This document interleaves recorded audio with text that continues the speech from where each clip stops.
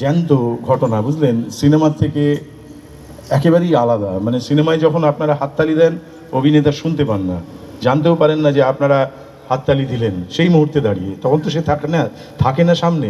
কিন্তু আজকে যখন এখানে নাটক হচ্ছিল, বাইরে অনেক গাড়ি ঘোড়া যাচ্ছিল ঠিকই, কিন্তু সত্ত্বেও আপনারা সকলে যারা ভেতরে ছিলেন, অন্তত আমার এরকম অনুভব হয়েছে, একজন দুজন ছাড়া সবাই খুব নীরবে মন দিয়ে নাটকটাকে বোঝবার চেষ্টা করছিলেন, দেখবার চেষ্টা করছিলেন।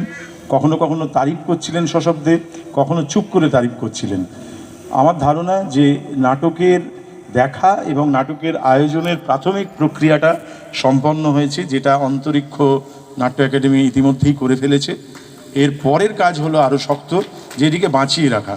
নাহলে এটা একদিনের উৎসব হিসেবে আজকেই শেষ হয়ে যাবে এবং তারপরে আবার আগামী বছরে হবে, কিন্তু যদি সামর্থ্য বা অর্থ থাকে।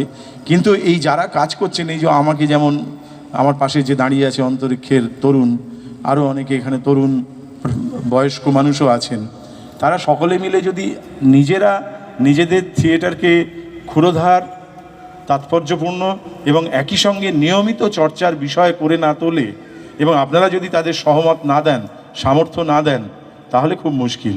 তাই কাজটাও ওদের একার নয়, আপনাদের সকলের।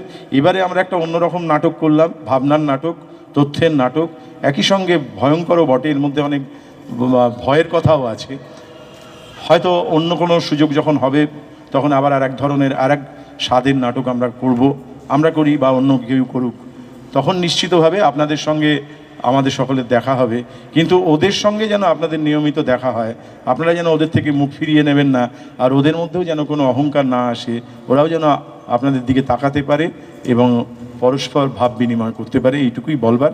আপনারা সকলে ভালো থাকুন, আনন্দে থাকুন আর সাবধানে থাকুন।